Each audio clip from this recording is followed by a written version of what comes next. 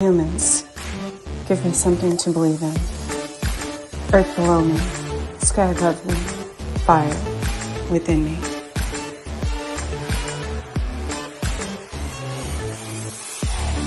Brought to you by UPRN Network. I'm Trish Moe, and this is The Missing Piece.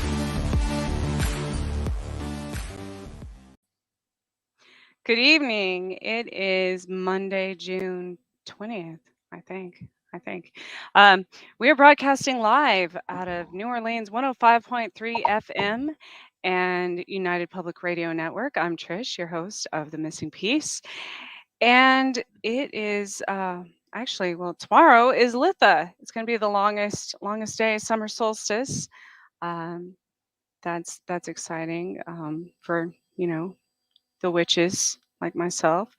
And tonight I'm excited to welcome my guest. I'm doing something a little bit different tonight. The people in the weird paranormal world and UFOs, and a lot of us have a lot of dark humor and find probably really offensive things hilarious. So tonight I wanted to do something different, and I want to welcome my guest, Brad Gosse. Is that how you pronounce your name? I'm Yeah, sorry. you nailed it. Completely. Congratulations.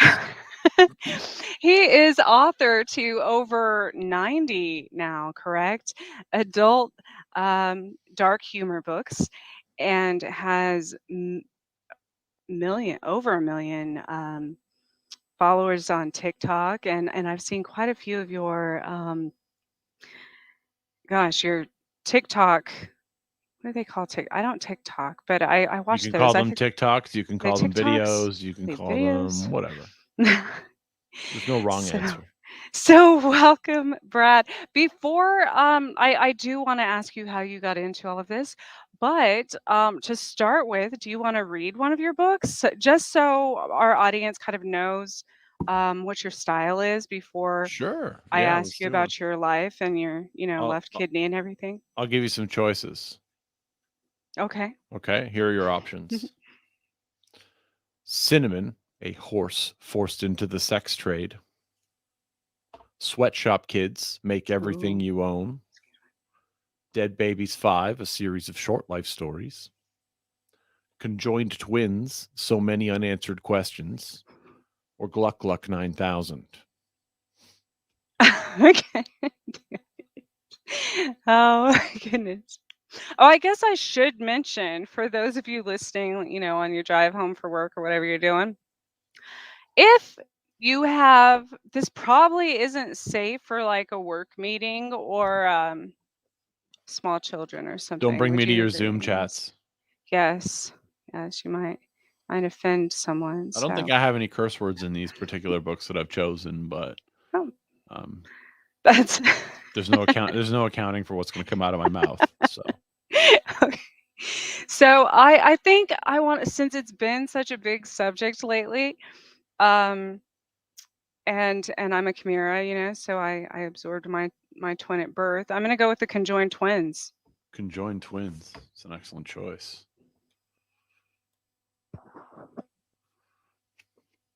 If one commits a crime, do they both go to jail? What if one dates a male and the other dates a female? How many seats do they buy on a plane? Can they read the thoughts in one another's brain? With 8 limbs, are they an octopus by definition? At the movies, do they pay 2 admissions? If they share a butt, who decides when to poo? If one of them dies, does the other die too? If one gets pregnant, are they both the kid's mom? Will they ever find 2 dates for the prom? What if one gets into college and the other does not? What happens if just one wants to tie the knot? Do they need 1 passport or 2? If one wants to have sex, what does the other one do? Conjoined twins. So Did you really absorb your twin at birth? I did. So all of these things in the book. I was thinking, and I know everybody out there's thought this too. Like, like when you see or think about conjoined twins, those things go through. Well, they go through my head. I mean, I'm really weird though, but, maybe is that what happened? Is that how you come up with these? Um, they just kind of come to me. It's like, I wish I had like a, a clear answer for how it just, I feel like one of those televangelists who says God speaks through him, where it's like, because I don't know where it comes from. It comes from somewhere. It comes from inside me somewhere, but I don't know if it's like, what was that? That was God speaking through your light in your. So, so I mean, there's no animal around the court. That was. Okay, so then God. It's Now we know for sure God speaks through me, and tells me to write jokes about his mishaps or her mishaps. We don't know their Are mishaps. you calling me a mishap, Brad? I No, mean, I might be, you could but be. How I much could of the be. twin is Probably left? am. I don't know. How much did I've you absorb? often How did you find out where what parts were left? I um have questions. well, I have multiple organs left over, I guess, and an extra DNA and such. So I'm not I mean, I'm a Gemini, so I'm not sure if that equates. Does that make 4 of me? I don't know. I don't know how Because Gemini your is the birth sign twins. is affected by that. Hmm. Yeah, so I don't You know, have but extra. What organs do you have that are multiple? I have 3 spleens. What is a spleen? It I don't know what the hell does a spleen even do?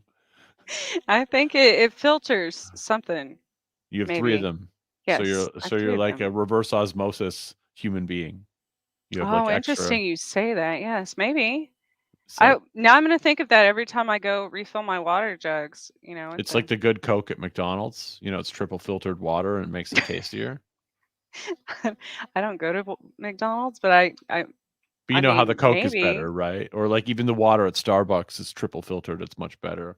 So you're triple filtered. That's how you need to call triple it. So filtered. don't say you have three I'm a spleens. That doesn't I'm a sound right. Just say I'm triple threat. triple filtered. That's not true though. I mean, I have no filters, so most of the time. Same. Yeah, so what is your speaking of twins, have you heard about the entire, it's probably been around for a few years, the whole twin flame phenomenon, you I know know. a little bit about it. Have you written anything on twin flames? I know so many people make fun of that entire concept, which is interesting over the years. It's not mainstream enough for me to write about. Really? Yeah, it would have to be more like, my ex is a narcissist. That's more mainstream than twin flame, Oh, yes. right? That's It's like like everybody says that. everybody's story. Everybody's story. So many narcissists out there. I don't know where they're all going and coming from, but there's a lot of love bombing going on. That's what I hear. Yes, there is. So, getting back to how you began. Now, from the time you were young, were you a comedian then? Were you like the class clown? Were you Yep, always I was. Yeah. I spent a lot of time suspended and in detention and in the office, in the principal's office. Um, and I, I, I have this joke, and it's a joke, but it's also true. When I was a kid, my friend's parents would say he's a bad influence. You're not allowed to hang around with him anymore. And now that I'm a grown man, my friends' wives say the same thing. So I'm just a bad influence kind of a person. It's just how my mind works, and you know, uh, I like to have more Why fun do than they the consider average. you a bad influence though? You make people laugh. That's a good thing. Yeah, but I'm also, you know, I I like to have fun. I like to do fun things that some people don't also enjoy. It's I mean, a lot of recreational things are legal here in Canada, so we have a lot of fun. You know what I'm saying? We have a lot. Actually, quite a few people on our network are from Canada, as well as our viewers. So you're in the right place. I moved from upstate New York, so very close to. I was about 30 miles from Canada, Oh, and did you live in it was. Lackawanna? Where did you live? Oh gosh, no, but I guess I did live there briefly years ago. But I hear that's a bad place, Do you remember and the commercials? You're gonna wanna come to Lackawanna. there's I still don't wanna. no, no. Grand That Island, I Cheektowaga, oh, I did live near Cheektowaga, yes. Cheektowaga. I wasn't familiar with Buffalo when I moved up there, and I'm pretty sure I lived in the bad area for first about month I was there, in the old first ward. All of So, Buffalo is the bad area of well, Buffalo. yeah, but there's like it's kind of like Topeka. Like there's bad areas where you know, you might get shot or like carjacked or something. And then there's the really bad areas where the cops don't even come. And I mean, really, Right. who knows what goes on there. So, um, but Canadians have, and I remember this specifically because I was never offended by them or whatever, but um, Offended by Canadians? yes, it's so that's the Like the first most polite thing people on the planet. well, yeah, but it's the first thing I always heard was, "Oh, those Canadians are such assholes," and blah, blah, blah, Right. and, they're, insensitive and all this, and but I was like and it always came from, like, the Karen type people and stuff that were telling me this, and I'm like, "Well, maybe as Americans, we're just too sensitive," so, um but in this community, as far as like as I was saying, the paranormal and UFO and conspiracy theory and stuff, well, I guess you get one of two extremes actually. Um, there's people like me who probably laugh at funerals and stuff just because it's an awkward. Um, I just, I'm not laughing because the person died or anything. Like I see dead people all the time and I communicate with them. So it's not that. I'm just a happy medium. Literally. So um but but we joke about these things all the time because we deal with really, you know, sometimes like cold cases and stuff. And how could like we would be horribly miserable people if we didn't joke about those things. So Dark humor is like clean water. it is. It's not for everybody. And it's hard to find Yeah, it's hard to and find. appreciate. Yeah. It's hard to find and appreciate. So how many books total? I know it's over 90. Have you 98 today. 98? As of today, I have 98 books. I'll have 90. Wow. I'll have 99 before the week's over. And And you sell these on Amazon? You're self-published, correct? yep, Amazon, Walmart.com, BarnesandNoble.com. Wow. And so do you also do stand-up comedy? Yes, I do. Yep. How does your audience receive you in those instances, I guess, experiences? Depends on the night. But a lot of the stand up I do is book reading, which the live audience is very receptive to. They like the book reading, but I also do other stuff. But it's a different thing, right? It's like there's so much there's so much larger audience online that it's hard to focus. I got to give up a whole night for 7 minutes or 4 minutes at a comedy club. I'm driving to Toronto. It's an hour away. I'm parking my car. I'm gonna have a bourbon at the bar. I'm gonna watch a couple other comics. I'm gonna do my set, hang around for a bit. By the time I'm home, it's 2 o'clock in the morning. I'm wired, wide awake. So, and there's maybe 40 people, 50 people in that room. Whereas I can flip on my phone right now and go live on TikTok and have 50,000 people see me in a half an hour. And some of Yes. those people aren't my followers. They're new, I might pick up 1,000 or 2,000 new followers. I might sell, a couple dozen books on that live. So it's really hard to justify the live audience, but I love it. Like it's just there's no replacing it.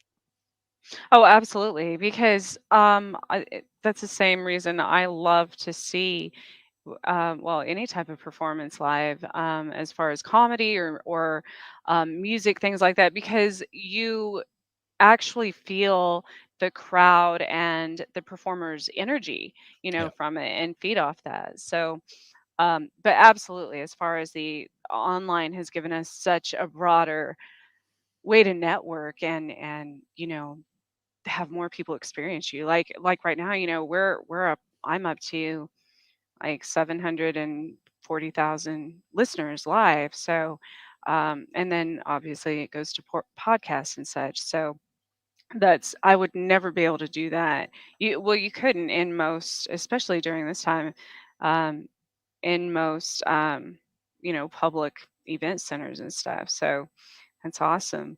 But do you I guess a lot of what are the subjects that your books range from? Most of them are sex and violence.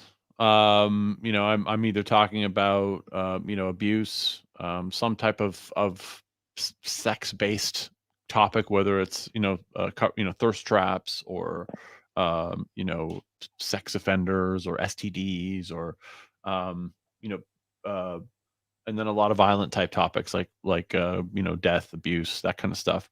Um, that's 90% of it. And then the odd time I'll do a book, like I did a book called Slappy Will when the Will Smith slap happened because I knew I could get it out quickly. But those are news cycle books. They only last a few months and then they don't really sell after that. So, Right. um, but yeah, most of them are, and racism. That's the other one. I do a lot of books about racism. I have a book called Clip Clop, the Racist Horse Cop. I have a book called My Racist Gran, My Homophobic Dad, Race Wars. It's all over the place Do you ever get threats from people for every day, anything? every day. Yeah, I've been called everything. Being a middle-aged white guy who makes race jokes, you're gonna get some backlash, right? So, I would um, assume. you know, um, and to some people, talking about racism and having a racist character, like if you watch South Park and there's Cartman, he's like the racist, he's the Archie Bunker of cartoon characters. Some people consider the makers of those types of cartoons racist, but sometimes you need to have a racist character to illustrate something, whether it's Okay. a police profiling or something like that. And for some people, that's just not tolerable. So they're like, "You're a racist now. I've labeled you, or you're a misogynist, or you hate women, or you are ageist, or all while telling me that I'm an old man." Yeah. I believe that everyone is some of those things or all of those things at some point in their life, We're all 100%. we're all those things. Of course we are. Right. Of course we are. Just the difference is between some people say these things out loud and some people, you- I guess, act like they don't have those thoughts. Right. So, Right. um, do you have any political geared? I have a couple, but I try to stay away from politics. There's Lord, the cat, amazing. what is she doing? Um, I try to avoid it for the most part. I find whenever I dip into it, I'm always not happy with the result. So Nobody is. yeah, So, yeah, that's just it. so, so there is that one. What about,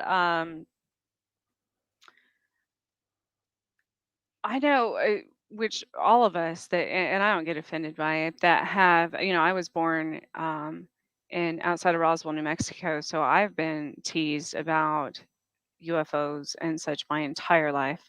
And if you talk about, any experience or whatever, some people get offended at what term you use or whatever. I'm like, well, I'm not offended by that. Do you have any UFO? Um, No, I or don't. I actually don't. And it's not that I haven't thought about it. It's that I just haven't found the way to make it. Um, I haven't found the punchline. I haven't found the way to make it funny. There's a bunch of topics people are always like, "Hey, have you thought about this topic?" I'm sure you've UFOs thought or of them all. It's just abortion, and it's just like I'm trying to find the way to make that funny, and I don't know if I can. But I think if I were, it would be something along the lines of, that it would be some elaborate lie that dad told because he was out with whores. You know, like I got abducted by aliens. I I've I'm based on my research, I think some of them in fact are. Some of the aliens are whores.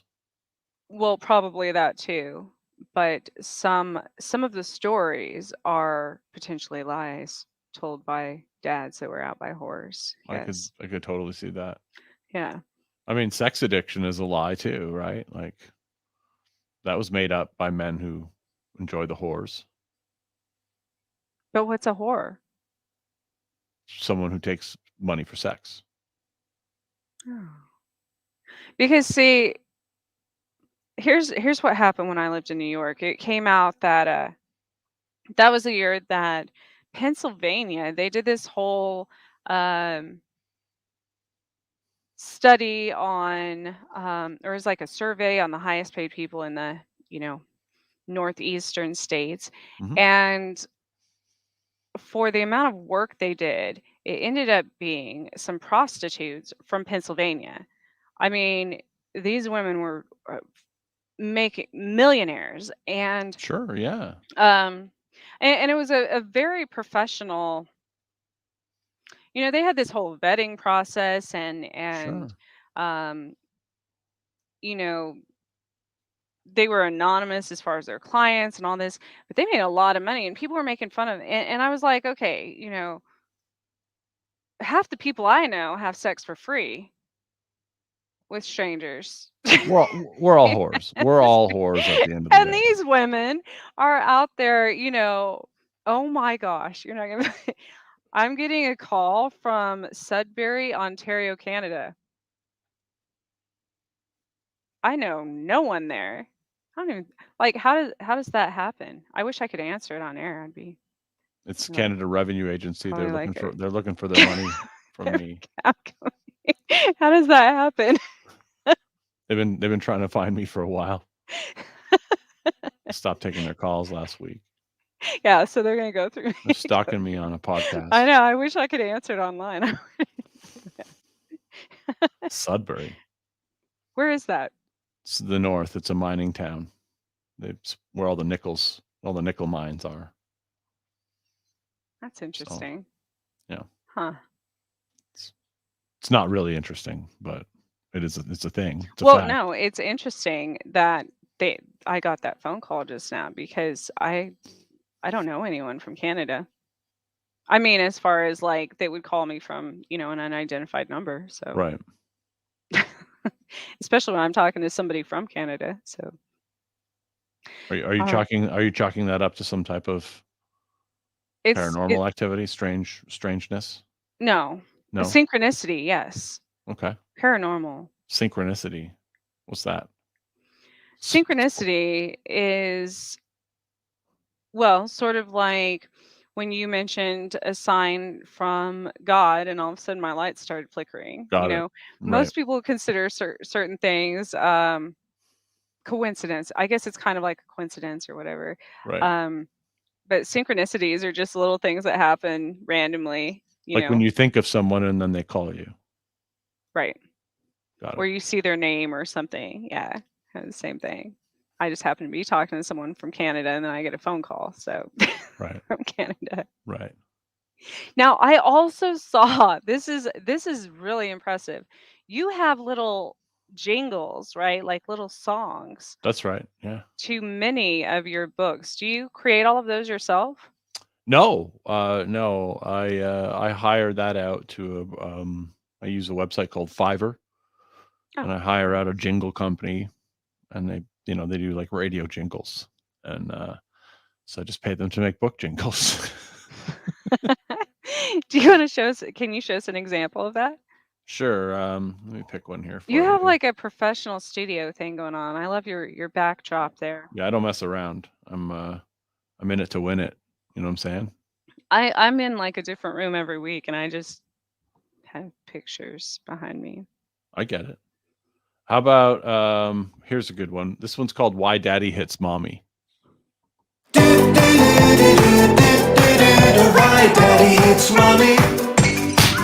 Kids got to understand alcoholism.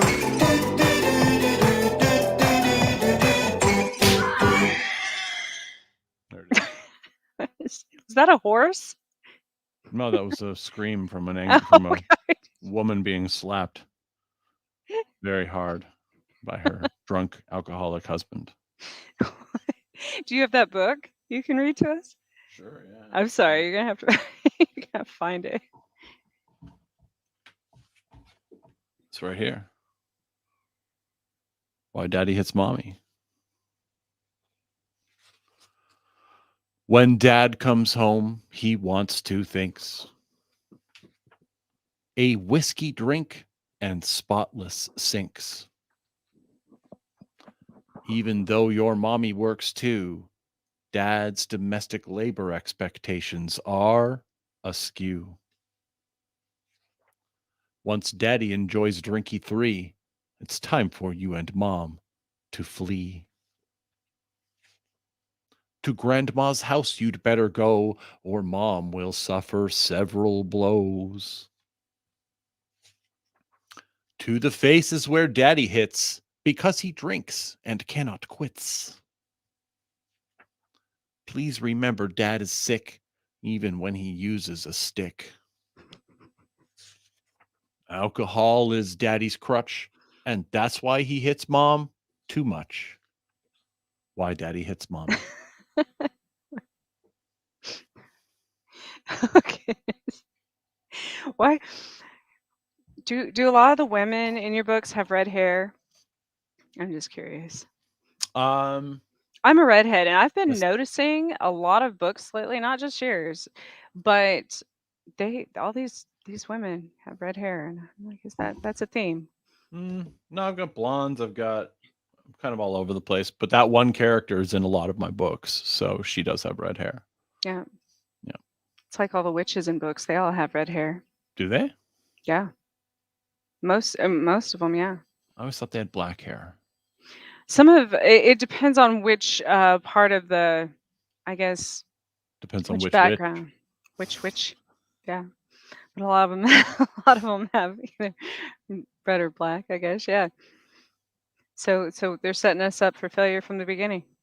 I bet they thought a lot of red-haired people were witches back in the day. We're still. Exactly. Right. So so what's one of your all-time favorite books? Um, my my favorite book right now, I have a few. One of my favorite books is called Race Wars. And it's about different colored cars competing in the race of their lives. And another one's called Dead Babies. I have five volumes of Dead Babies. Um, that's one of my favorites because people keep asking for more of them, and they sell really well. And I have a Dead Babies coloring book that sells really well. Um, so I recently did a campaign where a whole bunch of my followers could sign up to become dead. Like I would name Dead Babies after them, and so I have a whole series of new books coming out with the Dead Babies being named after some of my supporters.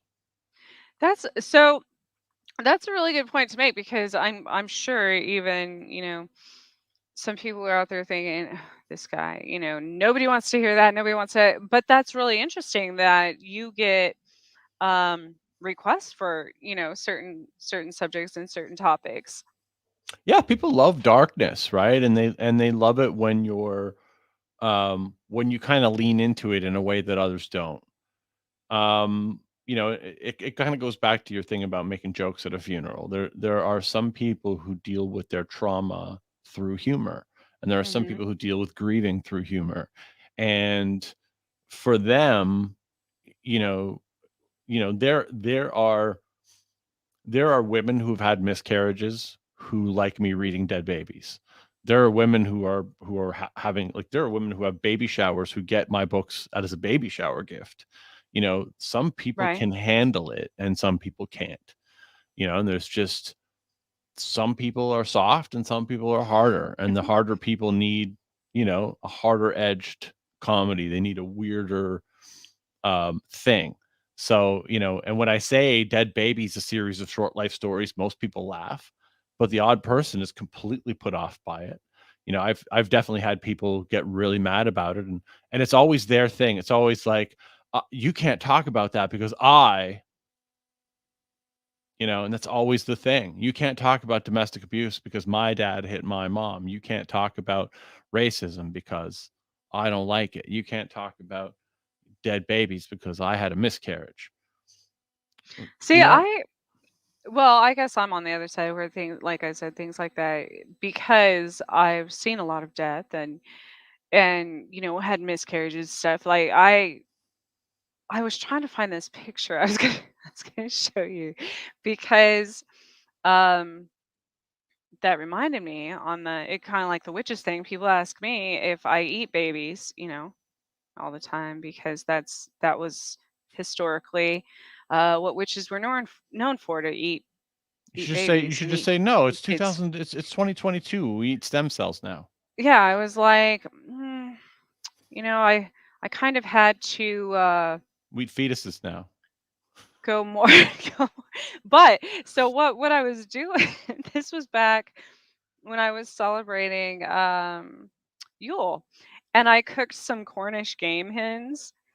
And Yule historically, that goes back to a lot of things, but as far as when witches were eating babies, but the little Cornish game hens, and I took a picture and I posted something about like eating babies or something, and I think I think Facebook or wherever I posted it, blocked it or banned it or who whatever.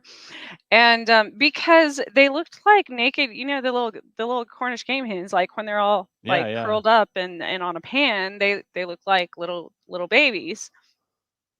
And I thought as a witch that was hilarious, and not That is everybody pretty thought so. funny.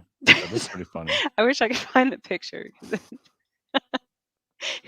but yes, not everybody like that. Even though, like I said, yes, I have had miscarriages and stuff. So I mean, I could like offended myself, but Is there's you just said it though, right? I could get offended. And mhm, I really do believe that for a lot of people, that's a choice that you have to consciously make to get offended. When you say I could be offended, do you absolutely. know how many people will say, should I be offended by this? If you have to Hmm. ask the no, if it doesn't absolutely make you like want to burn my house down, then chances are you're not offended. And a lot of people choose to get offended, and it takes work. Like, being It does. offended requires a lot of energy, Yeah, right? that's So why I you don't have do to, it because I'm yeah, not gonna give energy to that. Like, yeah. there's no point. You know It's what I so mean? easy to move on, but to Right. like stop your day and decide you're gonna rid the world of this sickness. I mean, Absolutely. it's a losing battle for you. And it's a choice, and it's a choice most people make. And I'm not saying that, I know there are cases, I know there are situations where people use, certain racial slurs and things like that that are definitely offensive, and I'm not saying that all things shouldn't be offensive. But I think most people, the people who argue about things on the internet, those people are choosing offense and they're choosing rage and they're addicted to outrage porn. No, oh, absolutely. And that's another, it's kind of, I had this discussion with someone the other day because um being a redhead, a lot of people call me ginger, right? Well, ginger originally is a derogatory term towards redheads. and a lot of people don't know that this dates way back to when the Irish were slaves, and came over.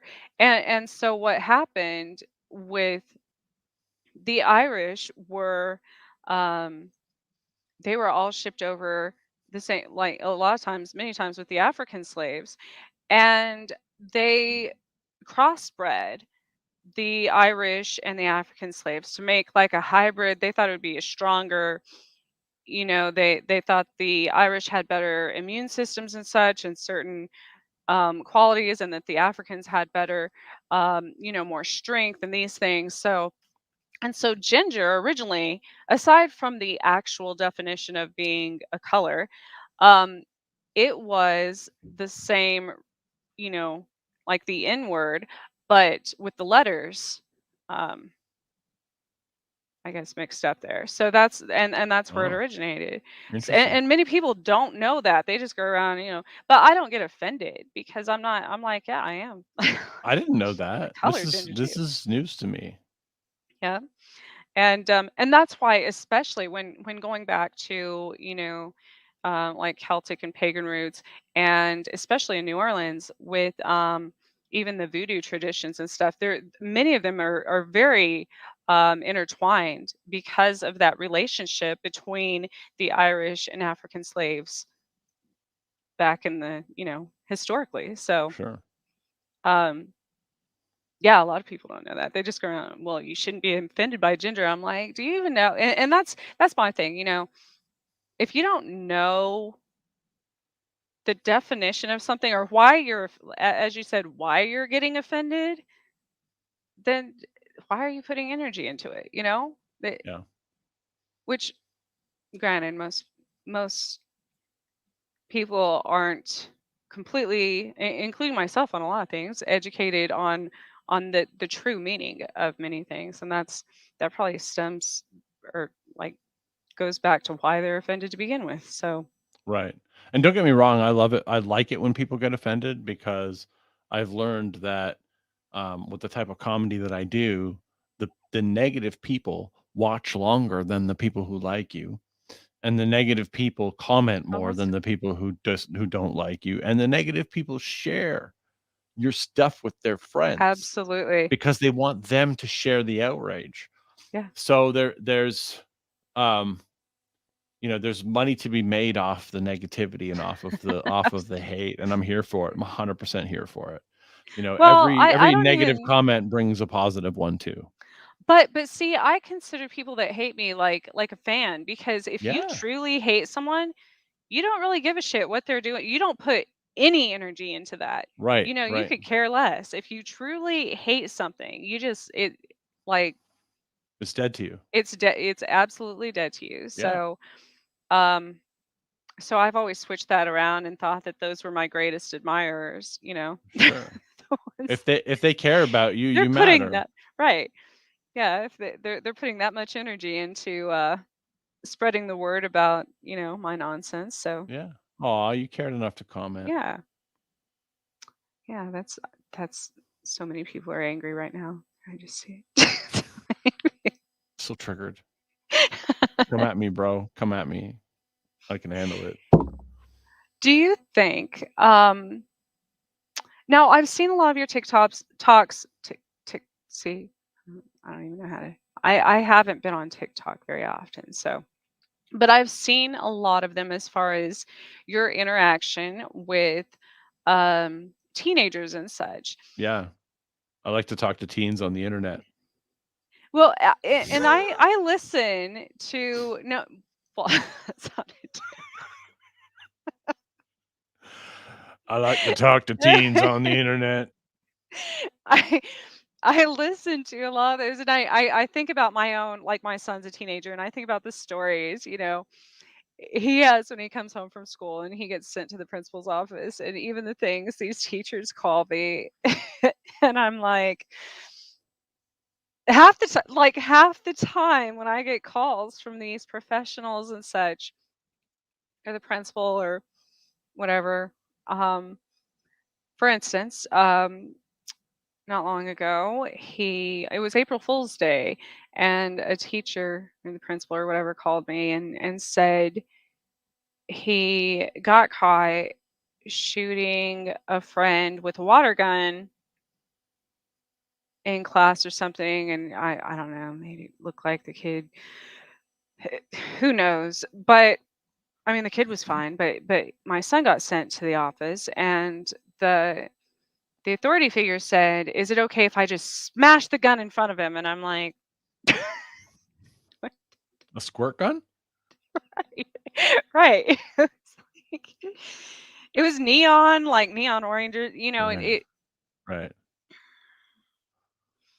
and I'm like, "Is that gonna make you He feel wasn't going to better?" create a lockdown drill with his squirt gun, is what you're No, saying. no, and that wasn't even the point. It was the point to show as an authority figure that he was destroying something that was interrupting the class. It wasn't Right. even about it being a gun, It was, and I'm like, and I start laughing because I'm like, is that gonna make you feel better? I mean, I guess you can. You can't feel- and then, of course, then I'm not professional, so. When I was a kid, my grandmother caught me with a lighter and she burned my hand with the lighter. That's kind of the But how does equivalent of that? But smashing the squirt gun. right, and so what did that teach you? Fire is hot. I already knew that before I picked up the lighter, you dummy. Couldn't believe she burned me with that. I was just like, what? I was like 8, you know what I mean? I knew exactly how Right. I knew what burning felt like. I didn't need a reminder. And I ended up being like a bit of a firebug when I was a little bit older. So, um, you know, grandma didn't help. She may have hurt. You just learn not to let her catch you with a lighter, Yeah, exactly. basically. Yeah. Yeah. So there's things that, She I died in a mysterious fire a couple years later. she did not. That's terrible. Rest in peace, Gran. Now, what about dead people? Have you done any? I love dead people. I do too. Yeah. I have more friends that are unalive than I do that are of the living sort. But um, do you have have you done any books on that? Just dead babies. That's it. Oh, Not so much dead people. Just do dead they babies. do they interact like ghosts? No, they're just dead. And it's how they died. Um I have a book I have a lot of books where like it starts off with a dead parent, kind of like a Disney movie where it's like your mom's dead or your dad's dead on the first page of the book. So that's interesting you say that because people don't realize, you How know, dark Disney movies are? dark. Not only that, nursery rhymes too. Oh, I nursery rhymes are super dark. So it was when I saw Bambi in kindergarten the first time I cried, right? And it was last year that I learned that Bambi was written due to the Holocaust. Like what? What? So there's things like that. A lot of people, and then my daughter one day was singing Ring Around the Rosies. Right, which is a Black Plague nursery Yeah. rhyme. Yeah. Yeah, and we just tell our kids to go out, but you know what? Um Even I'm sure as far as like your little jingles and your books and stuff, especially since they're shorter than, reading an entire I have ADHD and stuff. I can't, I've got to have little Same. snippets of stuff to pay attention. But those things stay in your head. So if you're teaching like if there's a moral to it, or whatever, people remember those things. I remember jokes better than I do, or like Ring Around the Rosie stuff like that, better than I do reading something from a science book, you There were know? some there were some pretty dark German children's books that came Oh out. yeah.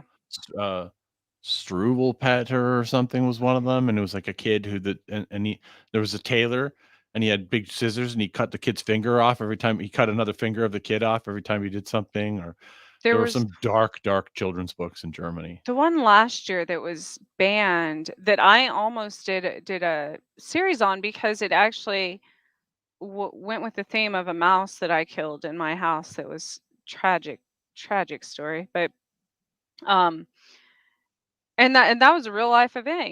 They that I could have made into some. Um, what was it? It was mouse. Is that the actual? Oh yeah, yeah, I've heard of that. Yeah, it was banned last year in most schools and libraries and everything. Um, and there was yeah, there's like Cinderella, all of them. They deal with either people being poisoned or abused, kept in a tower all their lives. These children they What? and Finding Nemo, the mom dies in the first minute. yeah. So I find it hypocritical when people are like, "Oh, oh, I wouldn't let my child." I'm like, but but you let them watch Disney movies. You let them watch Harry Potter. You let it, when super religious people are like, tell me I'm a bad influence as a witch or whatever, and they don't want their children around that, but their kids wearing Harry Potter stuff, and I'm like, wait, you think the world of wizardry is any different than You think the y- Bible isn't dark? right? Oh, are you kidding me? It's one of the It's one of the most. darkest books there It is. is one of the and 100%, they and that's been discussed a lot lately, how most violence in the world since the beginning of time has been caused by religion. Sure, yeah. So so I just find it hypocritical that adults um are very sensitive nowadays to these things. All right, do you have let's get another book. Yeah. It's another favorite that you want to share with us. We can do. Let's see. Let's do this one here. It's called "Help Me, Stepbro." she's, she's got red hair. It's the same character, isn't it? It is the same character. Help me, step bro, step bro. Creative prompts for quality movies. Quality movies. See how many of these scenarios you recognize. Talk to the boss. You might be getting fired. Unpaid parking tickets. Your attention is required. Doctor says bend over and cough. Hot stepmom wants to help you get off. This couch for money is where you must goes. Sometimes a fireman needs to empty his hose. In bed with one lover, the other hides away. Ordered a pizza, can't afford to pay. Picked up a hitchhiker, she can't thank you enough. You wound up in prison, and it's gonna get rough. Hot stepsister and friend stole your PS4. You got caught shoplifting at your favorite store. You went for a massage that came with a feel. You met with a realtor, but only closed one deal. The plumber is here. Your pipes need to be cleaned. Stepsister is stuck in the washing machine. Help me, stepbro. Oh my goodness. I feel like that should be um like one of those low budget 70s, 80s. Did you ever watch Up All Night with Gilbert Godfrey? Yep. Yep.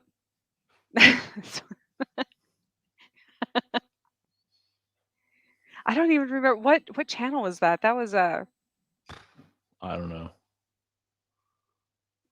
I don't know either. But for a lot of those, I'm telling you, your books would have been made into movies back then. Well, I'm still holding out for a Netflix special, so we'll see. It could be. Actually, if they just made a movie about your character, that would be fascinating. My life story is very fascinating. Tell us about it. It's multifaceted. What is the craziest thing that's ever happened in your life? Could be dark, could be The Light? craziest thing. Is that? Um, I don't know. I've been to the Playboy Mansion 3 times. That was kind of fun. Oh, wow. I Do they just let people go there? no, no. Oh, You have to be somebody. So take that. huh. Take that, grade 9. Yeah. Um, I don't know. My whole life is crazy. It's like, what I'm doing right now is the craziest thing that's ever happened to me. I've only been doing this for 3 years. I'm a full-time comedian. I get paid to make people laugh. That's probably the craziest thing that's ever happened to me. What was I guess where did you see yourself when you were younger? What was your dream? I thought I'd be a rock star. You could still there's still time. No, no, I'm not. I'm tone deaf. I'm not good with music. I tried that. I was in a band for a while. I tried. It wasn't for me. What kind of But band? like thrash metal band when Oh. I was a kid. You know, like, this kind of stuff. Um, and but I always liked attention. I always liked performing. I always liked having the stage, being You're a the narcissist, aren't you? 100%, 100%. Damn, you're s I you know what? It's funny. I would be if it wasn't for the fact that I'm constantly putting myself in other people's shoes. I have more empathy than the average person, but then I have one other than empathy, which is like the biggest thing. If you took that away, I'd be a narcissist. Absolutely. I think everybody would be a narcissist without Without empathy. the empathy, I don't Yeah. know, but I feel like I'm like if I took the narcissist test, all the empathy questions I would fail, but every other question I would pass. Like, one of the questions, like if you have you ever taken a narcissist personality test? It's an interesting test, No, and I a can't lot s of the I didn't even know questions, there's a thing? there's a That's it's the internet. There's a test for oh, everything. that's true. You can find out if you're autistic. You can find out. You get 20 minutes. You can find out all your things. Huh. But I I don't did it. think I wanna know all my things. I love knowing my Me things. too. But you take the narcissist test and it asks you questions, and a lot of like I have a high, I say this a lot. But somebody asked me once on an interview, and they said, "Do you ever suffer from imposter syndrome?" And I have the opposite of imposter syndrome. I have like a delusional confidence where I'm like, why am I not where I should be now? Like why don't I have 1 million followers? Why don't I have 30 million followers? Why don't I have a Netflix special? Why don't I That's how my mind works. I'm the opposite of imposter syndrome. I'm like, why haven't they noticed me yet syndrome? Um and so But when it comes down to it, are you? Like, because I used to think that about myself, but then I'm like, "Wait a minute, am I, like" once these things happen, then I'm, like, self-sabotaging, see, and then it I don't eventually it turns self-sabotage. into that you know of. I mean, you might. No, I don't self-sabotage. I know that for a fact. Um, but so I have an inflated sense of self-importance, right? And if you look at the narcissist test, 30% of the questions are about empathy, 80% of the questions are about your inflated sense of self-importance. So those questions I'm getting right. I'm nailing that part of the test. Do you feel like you're the most important person in the room? Check. Yes. All the time, every room. So what's the difference between that and confidence? Well, that's the fine line. That's the weird part, right? That's where the psychiatrists have to come in and figure it out. But I mean, if you ask the questions on the quiz, the narcissist quiz, you're Hmm. gonna be like, you're gonna think you're a narcissist because you're gonna be like, yeah, I'm answering yes to a lot of these questions. But then, your empathy saves you. But without the empathy, it's like my sense of self importance is like I'm not afraid to admit it. It's ridiculously high. And it part of it comes from the privilege stack that I'm lucky enough to have, and part of it comes from being told I was special growing up.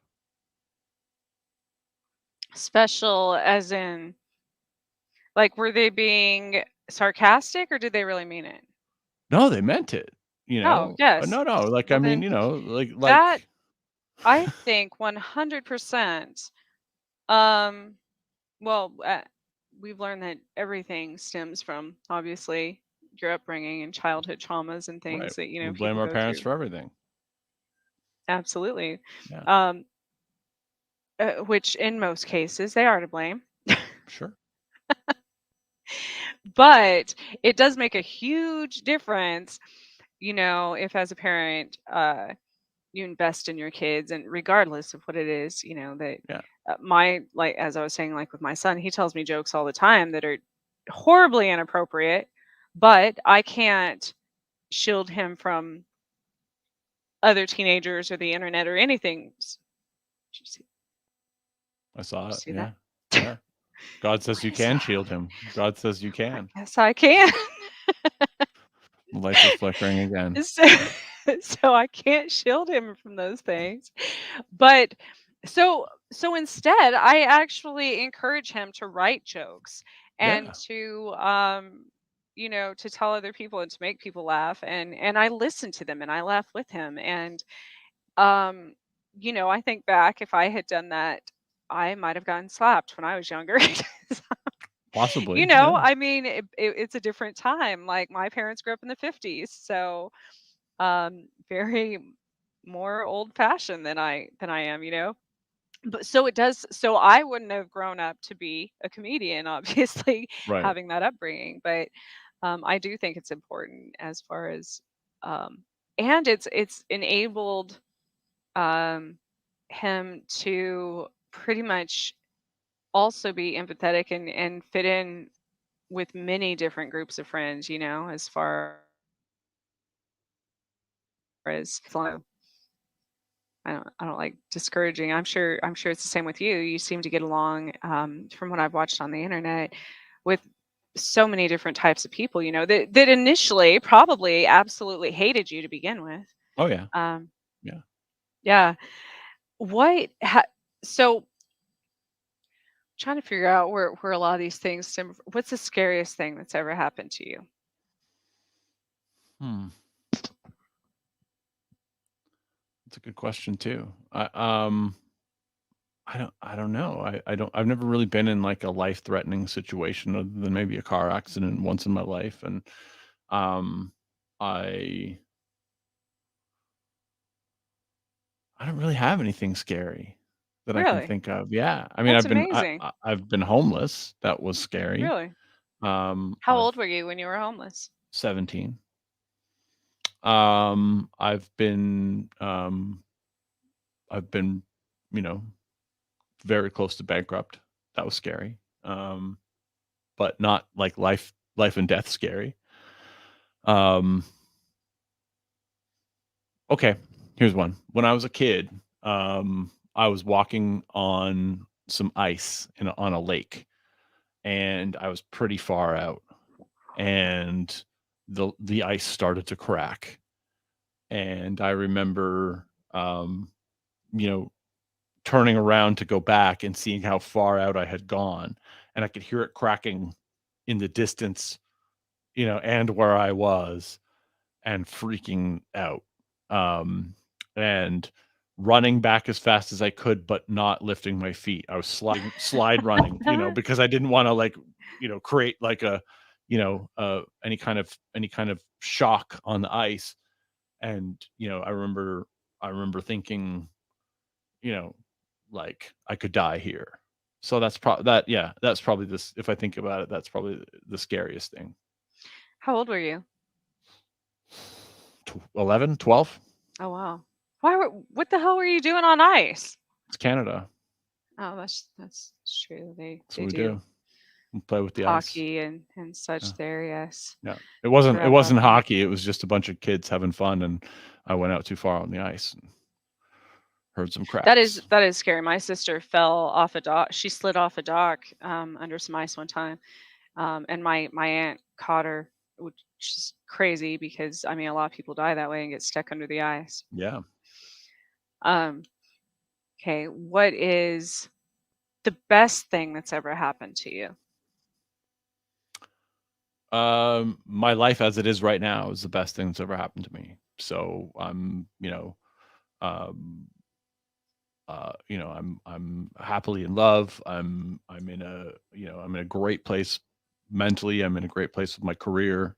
Becoming a comedian was the best thing I ever did. So, um, happiest I've ever been is today, this moment.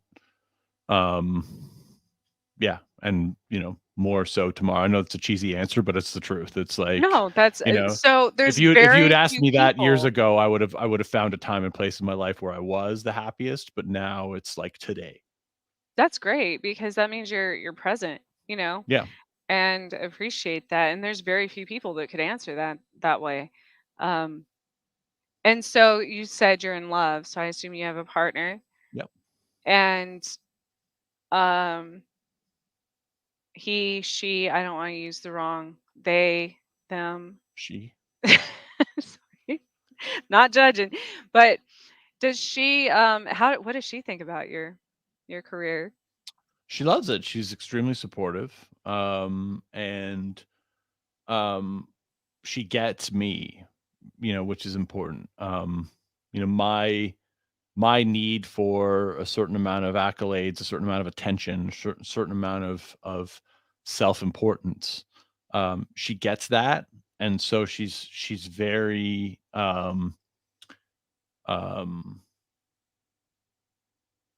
supportive with my time, supportive with, you know, everything from, hey, I got to do a podcast at 9 o'clock to, you know, sometimes I get recognized when we go out on our walks or whatever. And, she never rolls her eyes if I'm taking a selfie with somebody or whatever.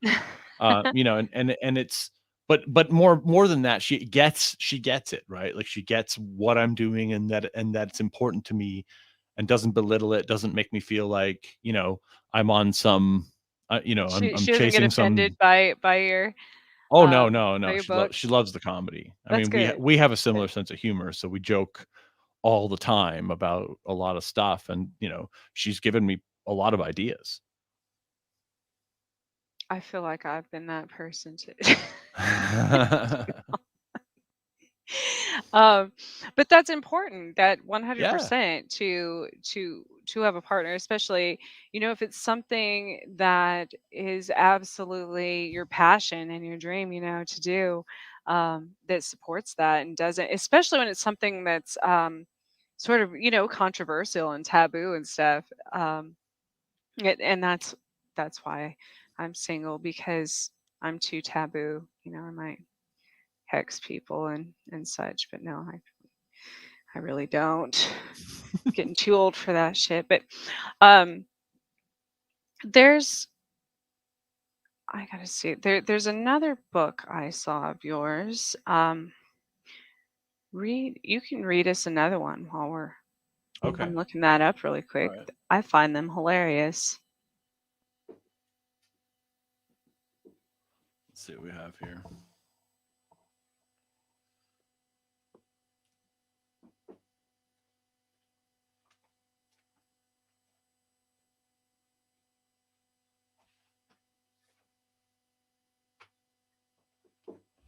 How about Sweatshop Kids Make Everything You Own?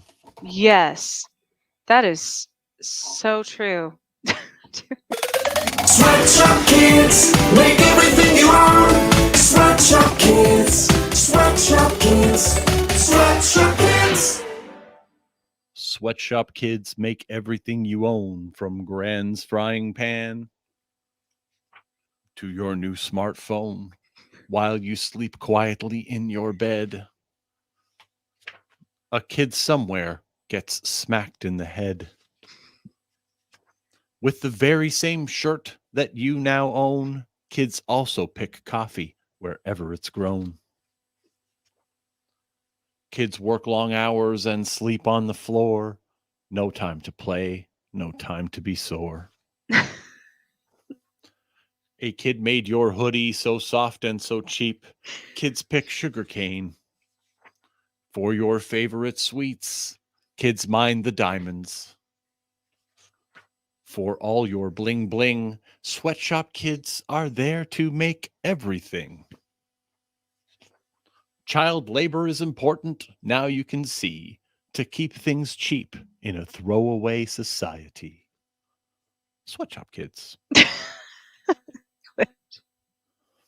So, and this is absolutely terrible, but I was at the zoo, um, like a month ago, 2 months ago, when the it was during the world, I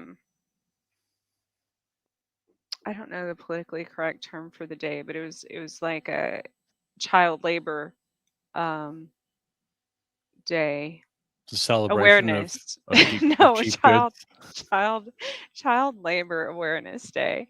Okay. And Everybody wear um Nike shoes for that. and I was at the zoo, and so here was a double kind of negative.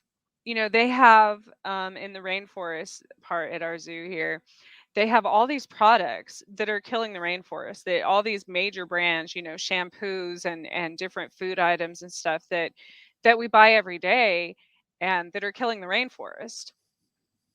And, displacing all of these gorillas and all this stuff, which is horrible because I absolutely love animals. But aside from that, then it went on to, so not only when you buy these things are you killing the rainforest and the gorillas, but then it goes to a factory where they're made by children. So then you're also, you know, making children's lives, probably most of them are going to perish at a younger age. And We could just bypass the shampoo and hire kids to kill gorillas.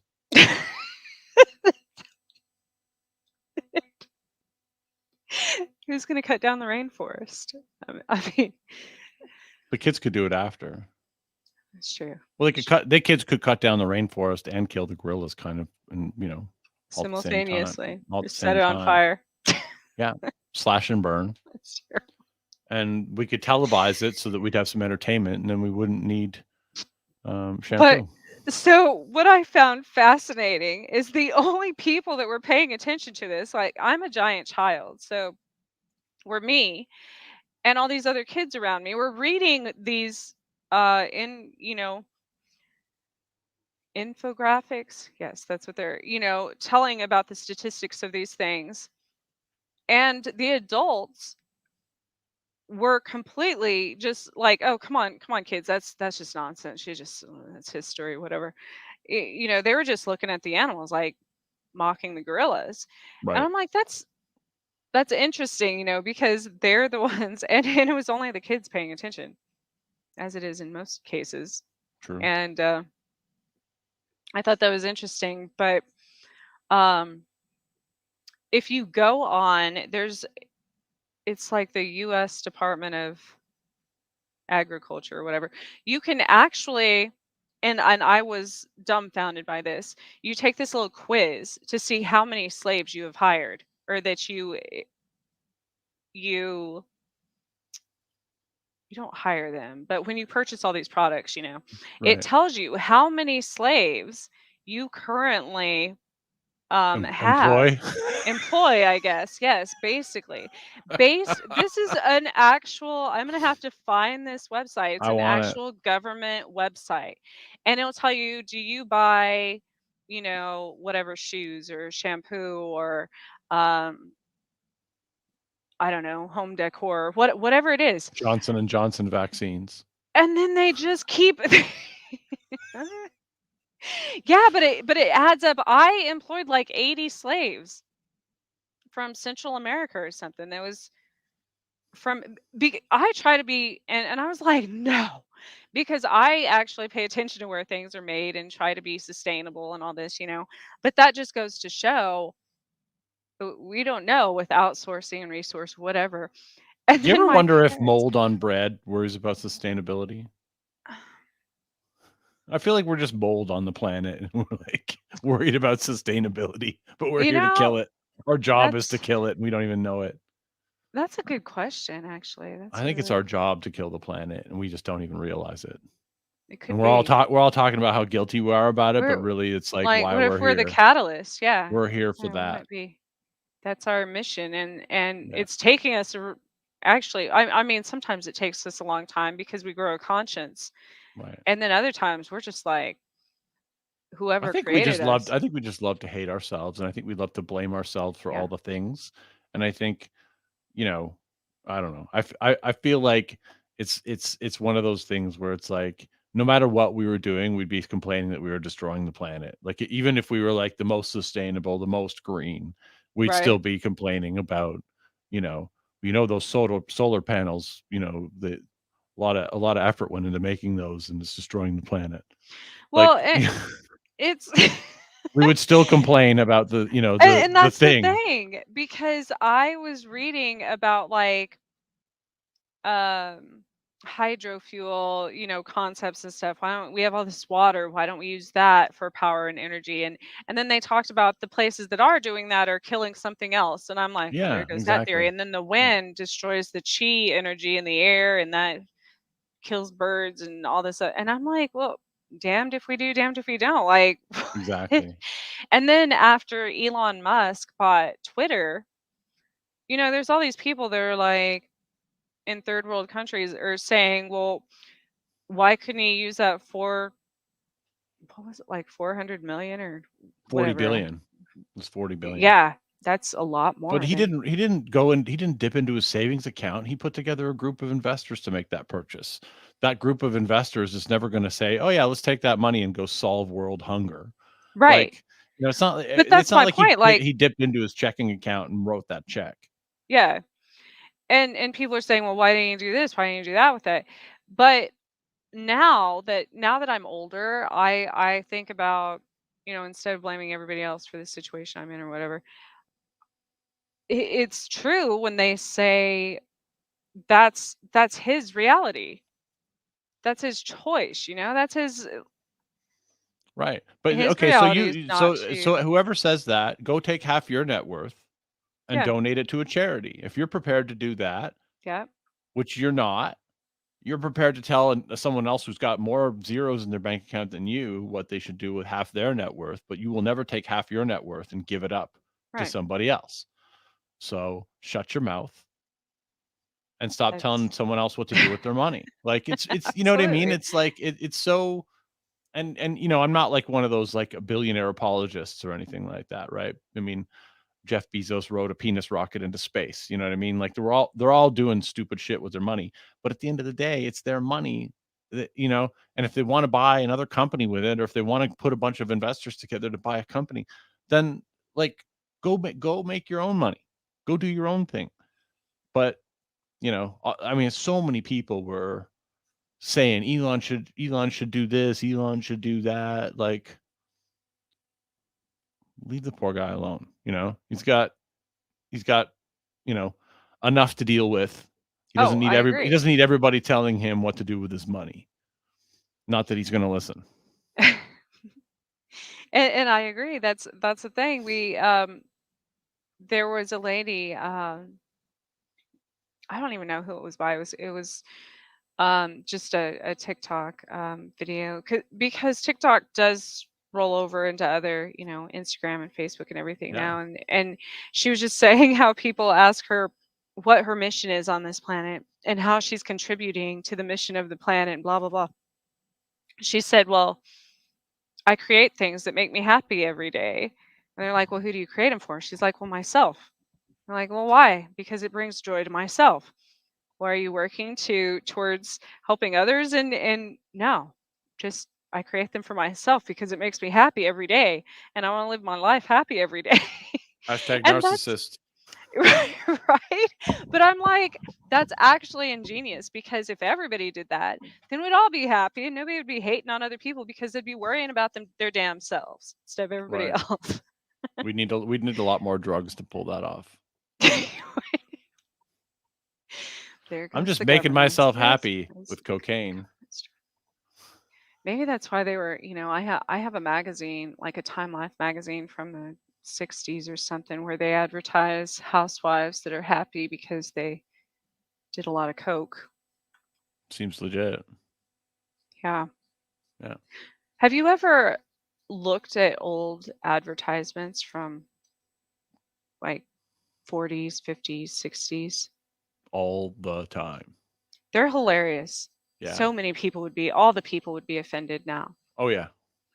I have Everything. one I have one of encouraging babies to shave. It says start 'em young. It's a razor commercial. Why not? I mean, so where do you, you said you have a huge inflated sense of ego. So where do you see yourself going? What's your next step in creating, I guess? Netflix special. I would like to put together a children's television, like an adult kids show, like Mr. Rogers slash Sesame Street for Ah, adults.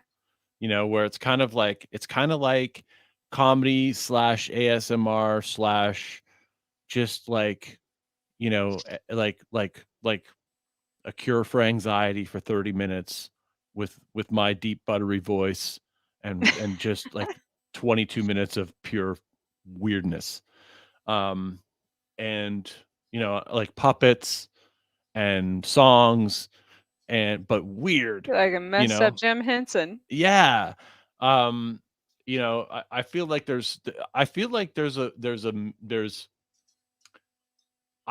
a whole category of programming yet to be invented. And I think there are a lot of people who are high at any given moment. And I don't mean just like, if someone who smoked a joint and got high, or someone who's drunk, or someone who's, done a couple lines off someone's butt or whatever. I'm talking about like people who are high on opiates, people who are high on, antidepressants, people who are high on anti-anxiety medication, and, or ADHD meds, Vyvanse, one of these other drugs, right? And I think there's like a whole category of programming yet to be made for people who are just slightly buzzing, and they just want the TV to take over. They don't want to think. They don't want to flip through a million thumbnails on Netflix. They just want to be taken on a journey, and they want it to be weird, and they want it to be oddly satisfying. They want it to be calming, and maybe they want it to take them to a place where they're more relaxed, and they want to completely forget about their troubles for the day. And when I was 6 years old, that was Mr. Rogers' Neighborhood for me. And I was Oh my goodness. like I loved that show when I was a kid.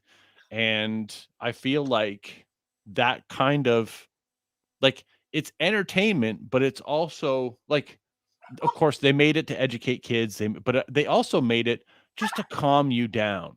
Like it was just like, okay, we're going to put on Mr. Rogers, and we're going to come back, and you're not going to be so hyper. You know what I mean? Like here's a full can of Coke.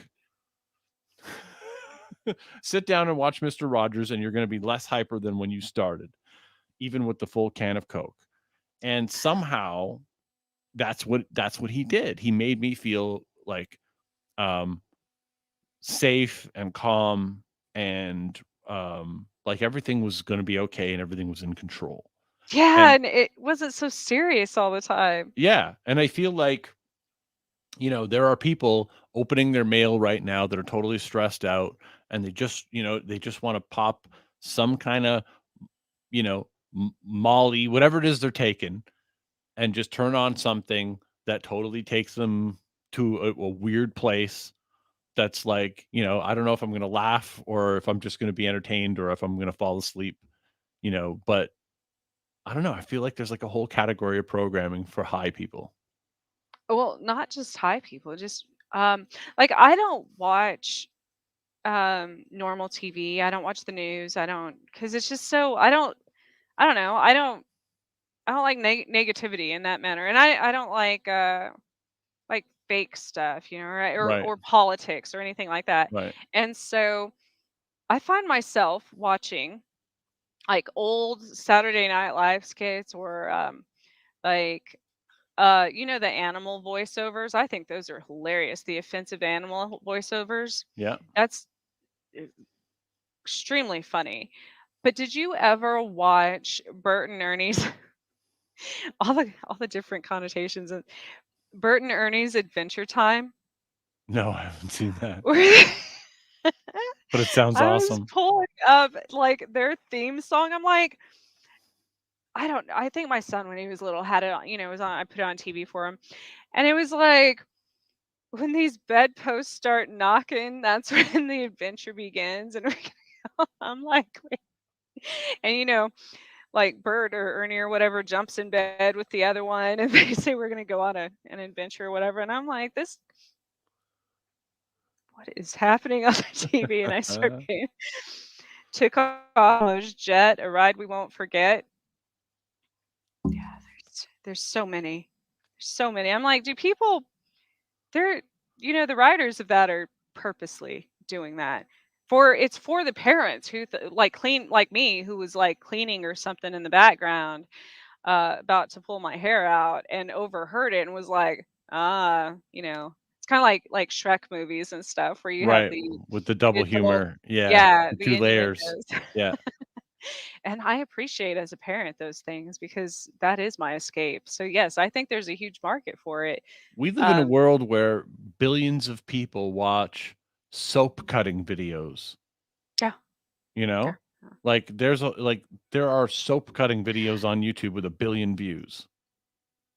And you know what's ironic to me? And it didn't occur to me until I was living in a house during the pandemic. I started making soap, and I lived next to an abandoned church who had like a fight club meetup once. And Nice. so one of my friends that came to see me is like, um, referenced Fight Club. He's like, you know what do you like in Fight Club? I'm like, we don't talk about that, but That's right. We don't talk about bum fights at the church. right. It's Hobo Fight Club. Oh my god, it's so funny. Another synchronicity. You see, they just found dead bodies in an abandoned church near me. They were homeless people. Anyways, they most people don't realize the soap thing and the lie in the Fight Club reference, in the movie. Yeah. Um, it was they were stealing fat from Yeah, from a like a plastic surgeon. liposuction. Yeah, it was a plastic surgeon. It was like, and he was like, "I'm stealing the fat from these rich ladies and selling it back to Yes, them as premium soap." yes, Yeah. to wash their face with. Yeah. Yeah, most people don't even realize what that means. Like, don't even learn the whole way to make soap and and the double. I find things like that when I have that like aha moment.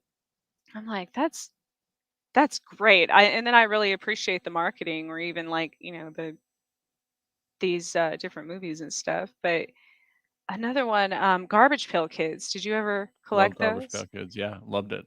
Yes. Loved it. I feel like my mom bought me some Garbage Pail magnets a few years ago, but other than that, I can't find. Some of those were brutal, and we would always trade them, with other kids, Yeah. see who had like the most gory, offensive. I, I want stuff like that to come back because that was, and our parents bought them for us. They're like, oh yeah, go Yeah. trade these with your friends. And it was like cabbage. Was it Cabbage Patch Yeah, it was Cabbage dolls, Patch Kids. basically? Yeah. Yeah, Yeah, it was a knockoff, but it was like yeah. the gross version, and it was awesome. Yeah, And it they had were so drawn many in of them. high detail in that Mad Magazine style, with the just the boils and the grossness, and yeah, it was good.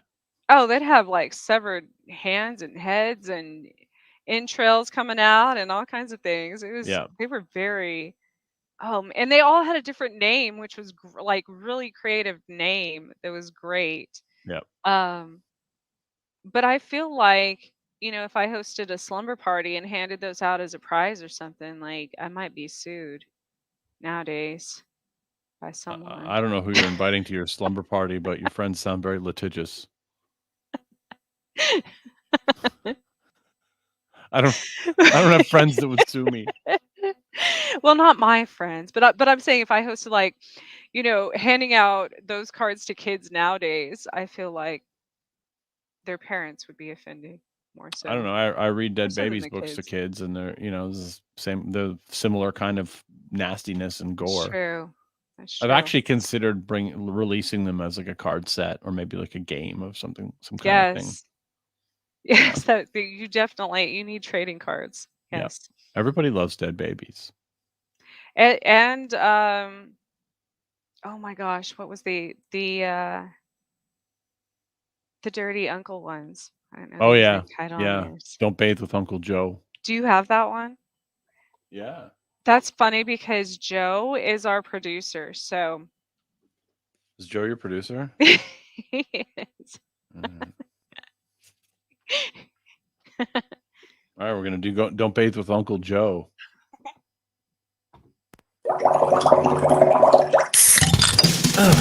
Don't bathe with Uncle Joe, setting boundaries with adults. Don't bathe with Uncle Joe, setting boundaries with adults. Don't bathe with Uncle Joe. Uncle Joe got fired at work, he said, because his boss is a jerk. Uncle Joe has allegations. Mom and Dad have reservations.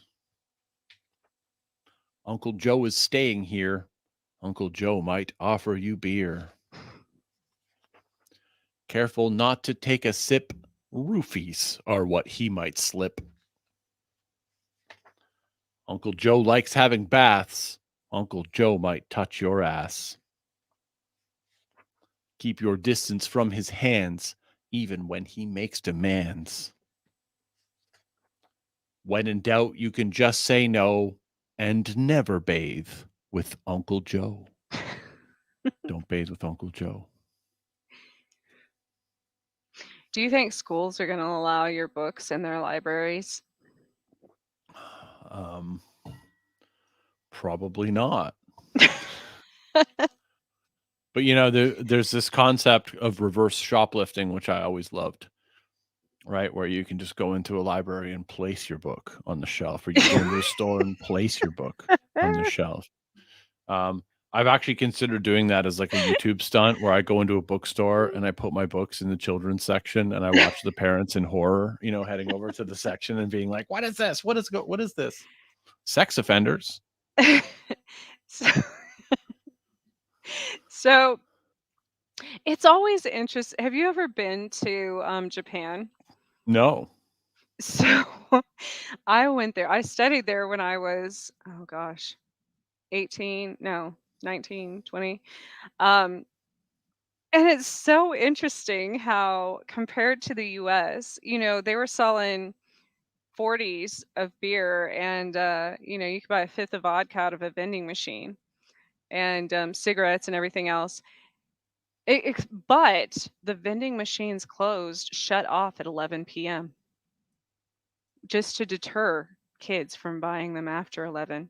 Oh, Not because they didn't want them drinking or smoking, but because that was past their bedtime to wake up. They had like 12-hour school days. So, um, but we would see that's the first time I learned. We would be in like a doctor's office or a business office, and they would have comics, laid out just on the waiting room table or whatever. Like even there'd be kids and such. And I'm flipping through one, and there's this like anime porn in the middle. sure. Yeah. And the kid next to me is like looking at the same thing. The parents don't care, but it's all they don't make a big deal out of it. Right. Sex and drugs and alcohol and all of that is since it's not illegal from the time they're, up until they're 18 or 21 or whatever. It's not that big of a deal. It's not that exciting to them. So, Sure. It's no different um than Lego. yeah. Here's some Molly bricks for you to play with, kids. But you can't like they had in parts of Tokyo, they had shops that were like jewelry stores basically. You could go buy different types like acid and shrooms and stuff in cases and it wasn't or you just pass all these windows with women dancing in them that you could go rent by the hour or whatever. And but it was so different, to an American where all of these things are so terrible um and taboo and everything else. It is kind of a culture shock.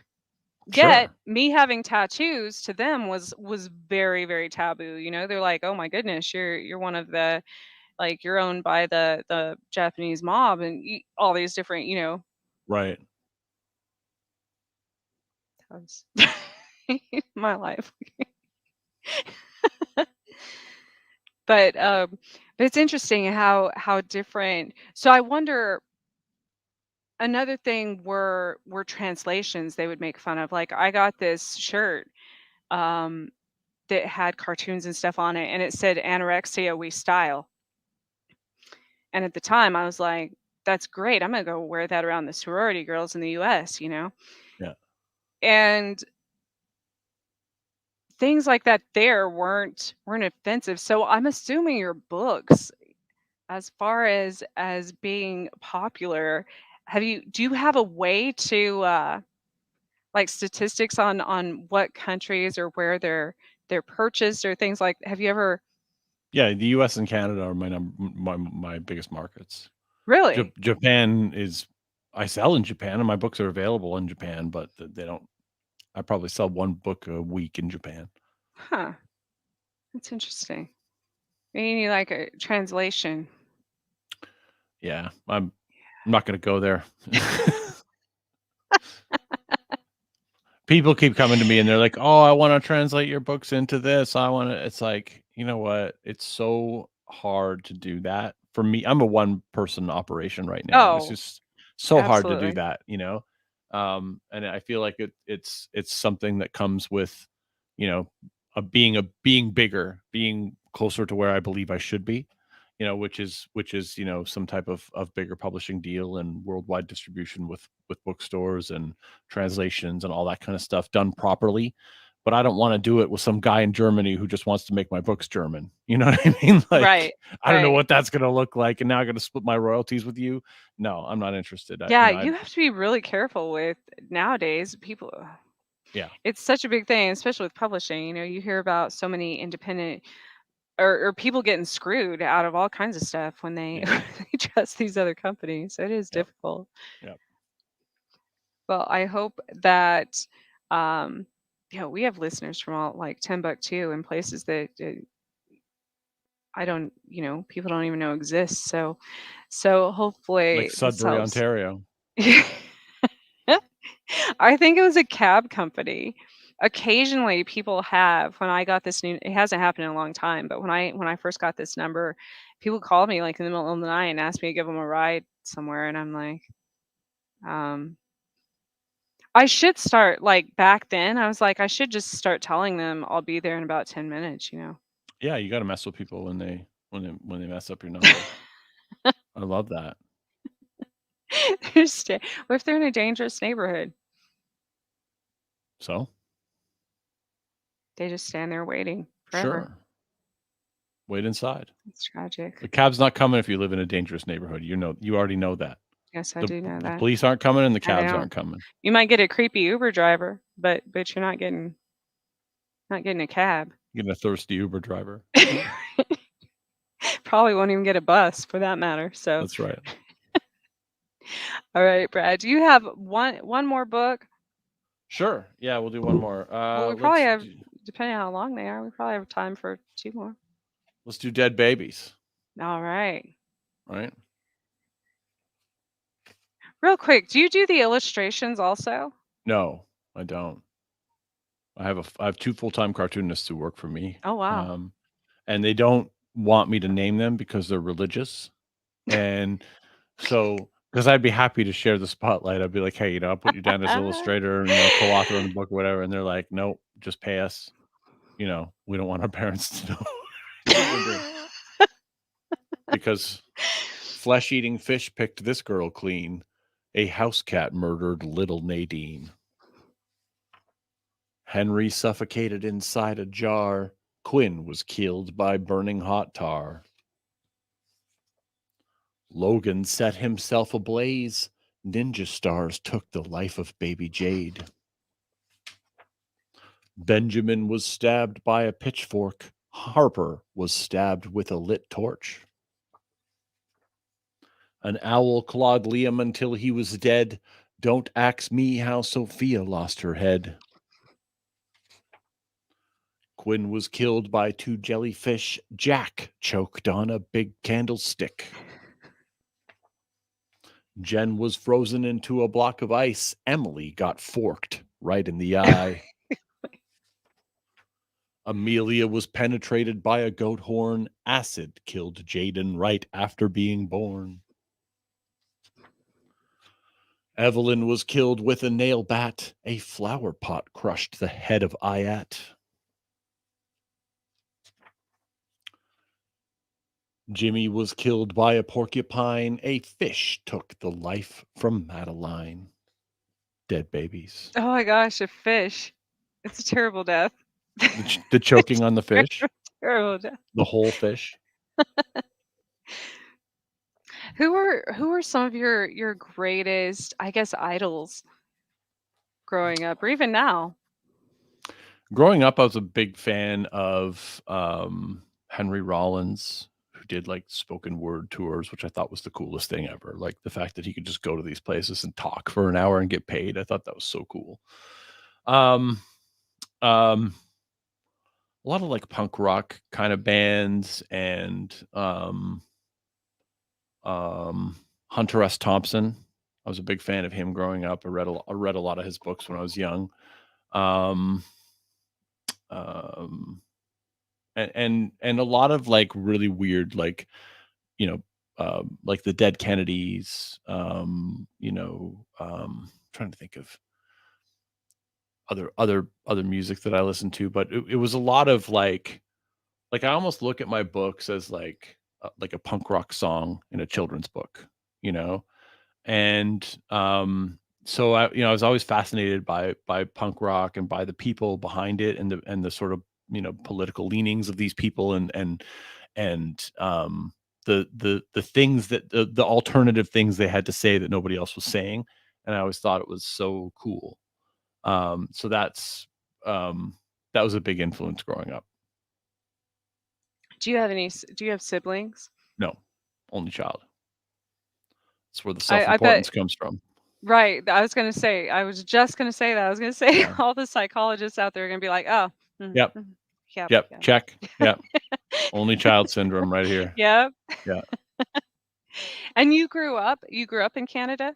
Yep. Yep.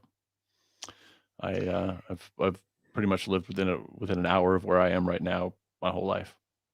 Oh wow. I'm sorry. No, I'm cool with it. That's I like it. I like it. I've traveled the world, but I've just, I've never moved very far. um when I came to Kansas, there's people here. I remember some of the first people I met were in their 90s and had not been past a 30-mile radius in their entire lives. Yep. And that was interesting to me, because I had been a lot of places by then. I was only like 12 or 13, and I'm like, wow, there's an entire world out there, that people don't realize. And then but everybody has the same problems everywhere you go, the same, even the same street name, same, everything looks the same. And even somebody was criticizing like the child labor here in Kansas. I live in Oz, and I was like, but wait a minute. And there's a lot of very small towns here and very religious towns and such. And talking about how other countries have child labor and all this. And I'm like, coming from a state where you can get a driving permit when you're 14, and where a lot of the schools have extra um, vacation days and such out of school in the fall, so the farm kids could go harvest for like 16 hours a day. I'm like, what? What is this hypocrisy? But it's it's humorous. I find that. Um, so it's everywhere. It's anywhere. Um, it's interesting. Once you get older and you start seeing it, you're like, wow, we're very naive Sure as we a are. society. Yeah. We think we're perfect, and then Yes. someone comes and pokes holes in what's going on around Yeah. us, and we're like, what? I didn't notice that. Yep. And it's the same, like you said, that well, like in Fight Club, where he was selling that soap, that luxury soap, back to women, these rich women. And yeah, we know these problems exist, and we know, yet we still keep doing it. It's like sight unseen, you know. That's the mouse thing that I talked about. I was like, you know, I don't like killing things, so I bought one of those traps that, um, like it goes in and it spins and kills it or whatever, but you don't have to see it. Right. And I referenced that to people, like it's okay, you know, if these things are happening. Like I didn't do it. It made me feel like I wasn't responsible. Of course, I was responsible. I set the trap. Sure you did. Yeah. Yeah. But I didn't have to see it, you Right. know. So it's okay It's because Schrodinger's mouse, right? It's right. like, So once I started changed my perspective and started thinking about these things, and I even, you know, I got this. I had adopted this cat who ended up being afraid of mice, terrified of mice. Like he ran from it and looked at me like, you know, save me from this wretched beast. And so then I bought the trap, and but the same thing, I got the cat, like thinking it would be more organic to kill it that way. That is it, but I'm still killing it. right. Like, It's not more organic. It's more brutal. right? Your cat's just going to mess with that mouse for hours before it dies. But then he was afraid of him, so he didn't even. I'm So, yeah. like, I got a broken cat, Yeah. and then I got another one that was wild, and she ended up being a savage, and Yeah. She'll kill anything that moves. and so it was this whole. I'm like, when you relate things like that in a funny way to people, it's well, first of all, it's 100% true, Sure. but then it makes you start thinking about these things, just like your books. You know, you're like, wow, yeah, we overlook those things all the time, All the time. all the time. Yeah.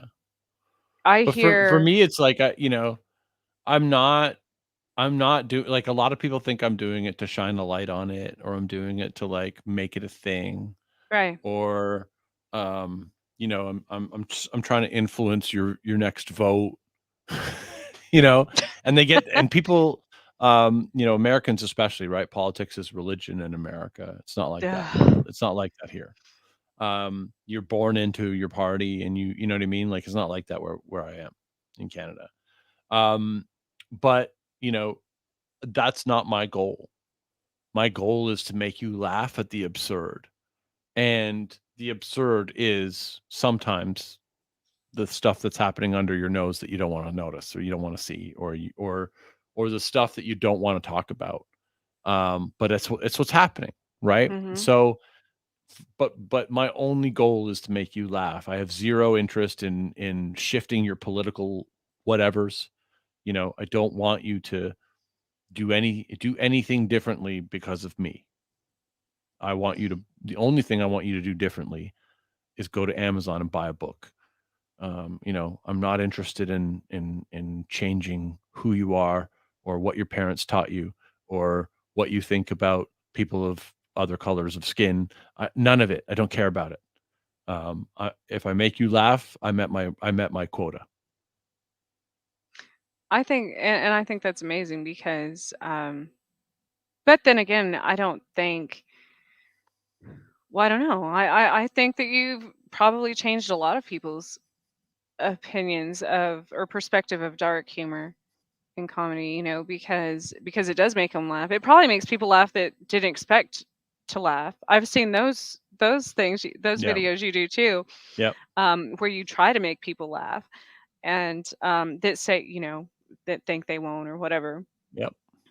And there's something to that because these people who are so passionate about some whatever, you know. And Yeah. have you ever tried going up to like picketers or something? We have a lot of those here in the US. So for every occasion, there's a picket somewhere. I'm not a street comedian. You know, I don't think you'll ever see me doing any man on the street kind of stuff. I don't really have um the the the the courage, is maybe that's the right word, to like stand on the street and do my thing. Well, You know, it's so I mean, and I'm it's so easy to get punched in the face now. Have And you ever been punched in the face for your yeah, I've definitely been comedy? not for my comedy, no, but I Oh, have. But I mean, I have been punched in the face in my life, and I know I don't like it, and I don't want it to happen again.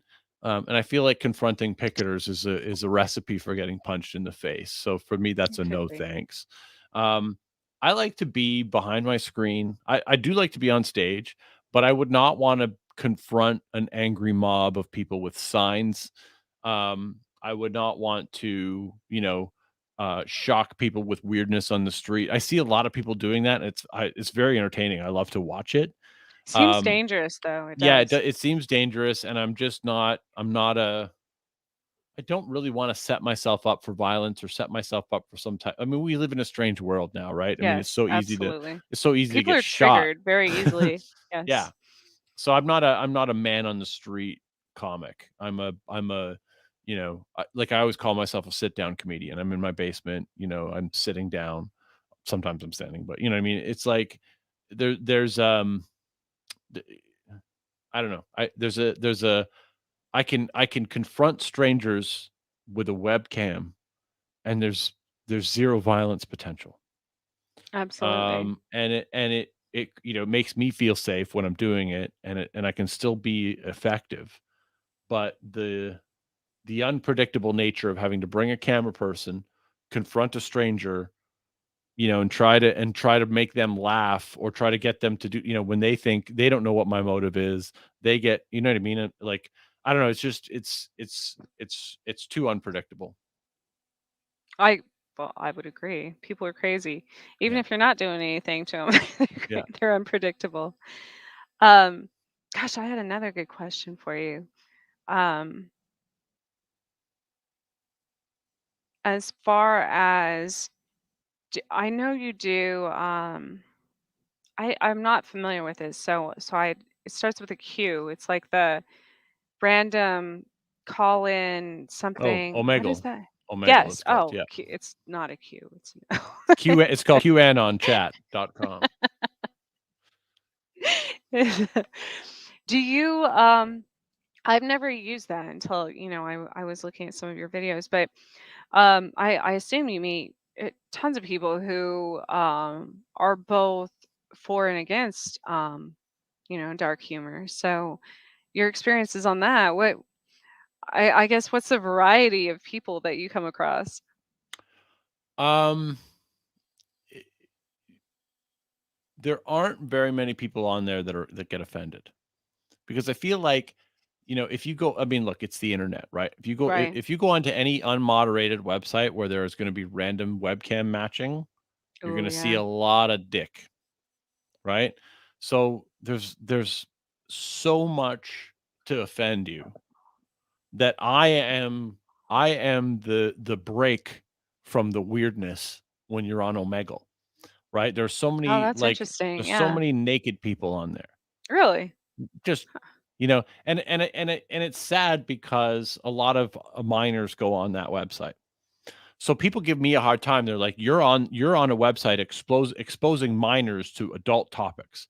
And it's like, if you saw the fat guy masturbating that they saw just before me, Wow. you would not be concerned with what I was exposing them to, Right? right? And these are 16-year-old, 13-year-old kids, sometimes younger. I've seen 7, 8-year-old kids on that website. I didn't even know it And existed. Like, I didn't even know that website existed yeah, until it's a chat roulette, right? It's like you don't you click escape on your computer, and you have a new friend to talk to huh. every time. And there's right now there's probably 60,000 people on that website. Wow. And so you're never gonna match the same person in a night. You know what I mean? It's that incredibly busy.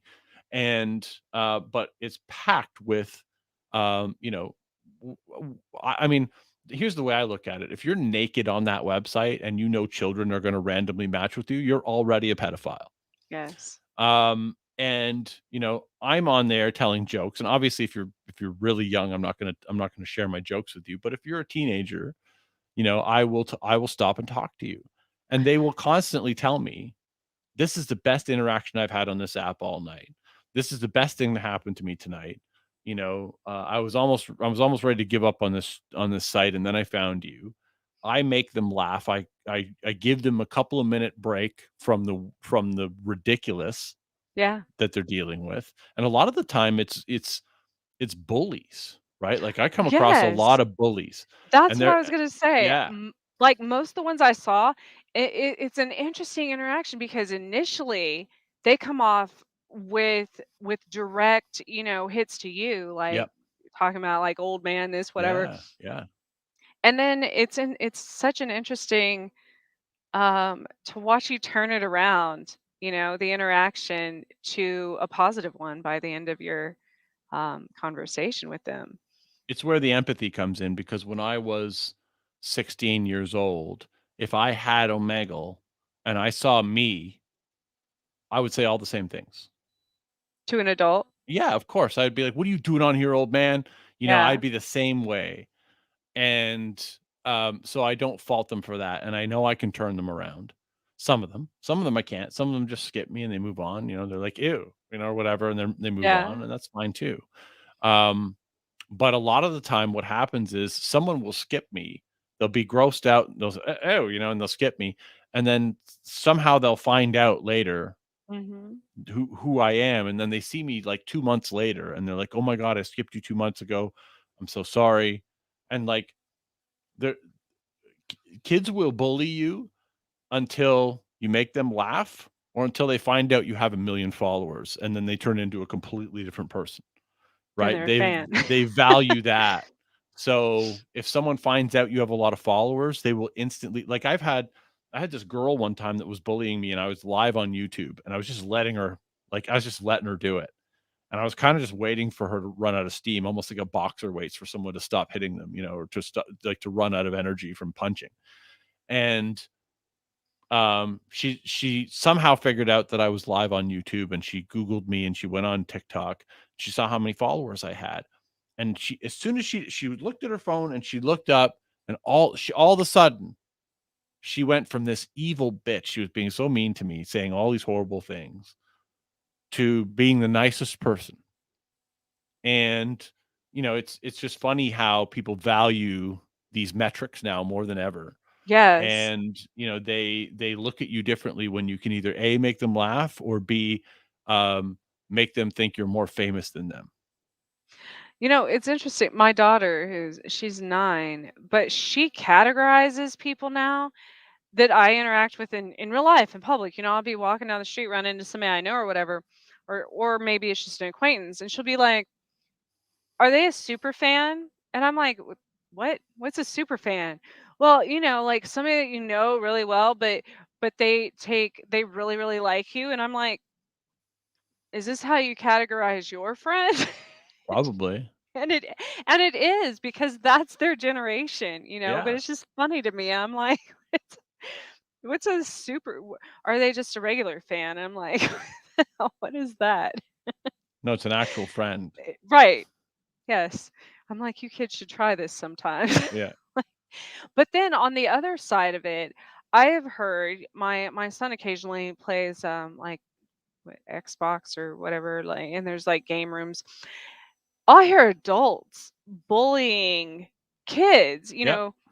they'll be like they'll be talking about his glasses or something, like, I'm like, "Are you serious? Like, Well, they how bully old's us. that?" They bully us too. The kids bully the adults on those game Oh, chats. So, I'm sure. yeah. But that's what I'm saying, like, adults know better, Right. Here's I'll ask him, I'm like, "How old is that guy?" He's like, "Oh, I don't know, like 50 something." I'm like, "What?" And he's like bullying these kids Yeah. that are even younger, I do it. I bully kids on game chat for sure. Yeah. It's the like, culture. It's the culture of the is game it? chat. You're gonna play Call of Duty, there's bullying. Huh. And it's just, you know what I mean? Like it's just how it's gonna be. So my son's been wanting me to play those games with him, and I'm like, I'm gonna do a social experiment one of these days. Is like a, over 40 mom learning how to play whatever and see how these kids interact with me. I The think it'd be same. They're hilarious. gonna bully you just as, and it's But gonna do you be think some would help me? no, No, no. that's It's terrible. it's gonna be it's gonna be. the biggest Me Too moment of your life will be going on Call of Duty to chat with 13-year-old boys with a female voice. Be prepared for the most rampant sexual Dude, harassment you have ever experienced in your entire life. It's gonna be a bloodbath. hmm. Even if I tell them I've never played before, They don't care. Well, here's the thing. are When they you gonna help me learn how to play? No, no. Oh, Well, maybe somebody will. Maybe that's somebody will. rude. But usually you hear a girl's voice in the chat and you hear a bunch of dudes saying, things about a Huh. vagina. That's terrible.